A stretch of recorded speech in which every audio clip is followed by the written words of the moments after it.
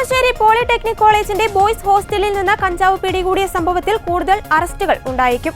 കഞ്ചാവ് എത്തിച്ച ഇതര സംസ്ഥാനക്കാരനെ കുറിച്ച് സൂചന ലഭിച്ചതായി പോലീസ് അറിയിച്ചു. കഴിഞ്ഞ ദിവസം അറസ്റ്റിലായ 3ാം വർഷ വിദ്യാർത്ഥി അനുരാജിന് കഞ്ചാവ് എത്തിച്ചത് ഇയാളാണെന്നാണ് പ്രാഥമിക വിവരം. അനുരാജ് 4 കിലോ കഞ്ചാവ് വാങ്ങിയിരുന്നു എന്നും ഇതിൽ 2 കിലോ പോളിടെക്നിക് ഹോസ്റ്റലിൽ എത്തിച്ചു എന്നുമാണ് ലഭിച്ച മൊഴി. അനുരാജ് മറ്റാർക്കൊക്കെ കഞ്ചാവ് നൽകിയെന്നാണ് പോലീസ് അന്വേഷിക്കുന്നത്. അനുരാജും പൂർവ്വ വിദ്യാർത്ഥികളായ ആഷിഖും ഷാലിഖും അടങ്ങുന്ന സംഘമാണ് ഇടപാടുകൾ നിയന്ത്രിച്ചിരുന്നത് എന്നാണ് സൂചന. സംഘത്തിലെ മറ്റുള്ളവരെക്കുറിച്ച് അന്വേഷിക്കുകയാണ്. അനുരാജിന്റെ സാമ്പത്തിക ഇടപാടുകളും പരിശോധിക്കുന്നുണ്ട്.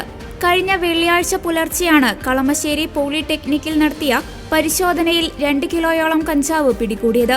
വ്യാഴാഴ്ച രാത്രി 9 മണിയോടെ ആരംഭിച്ച പരിശോധന വെള്ളിയാഴ്ച പുലർച്ചെ വരെ നീളുകയായിരുന്നു. സംഭവത്തിൽ 3 പേരെ പോലീസ് അറസ്റ്റ് ചെയ്തിരുന്നു. ഇതിൽ KSU പ്രവർത്തകനായ ആദിത്യൻ, SFI പ്രവർത്തകനായ അഭിരാജ് എന്നിവരെ സ്റ്റേഷൻ ജാമ്യത്തിൽ വിട്ടയച്ചിരുന്നു. KSU പ്രവർത്തകനായ ആകാശിനെ റിമാൻഡ് ചെയ്തിരുന്നു. ആകാശ് വിദ്യാർത്ഥികൾക്ക് കഞ്ചാവ് വിൽപ്പന നടത്തിയിരുന്നതായി പോലീസ് റിമാൻഡ് റിപ്പോർട്ടിൽ വ്യക്തമാക്കിയിട്ടുണ്ട്.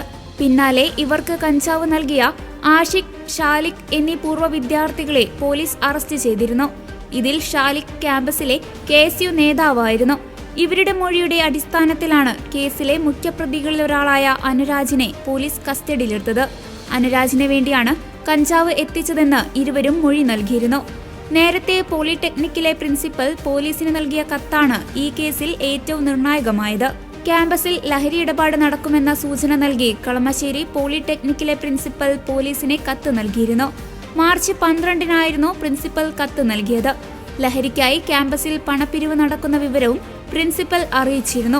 ഇതിന് പിന്നാലെയാണ് പോലീസ് നിർണായക നീക്കം നടത്തിയത്. പ്രിൻസിപ്പലിന്റെ കത്തിന്റെ പശ്ചാത്തലത്തിലാണ് പോലീസ് ഹോസ്റ്റലിൽ റെയ്ഡ് നടത്തിയത്.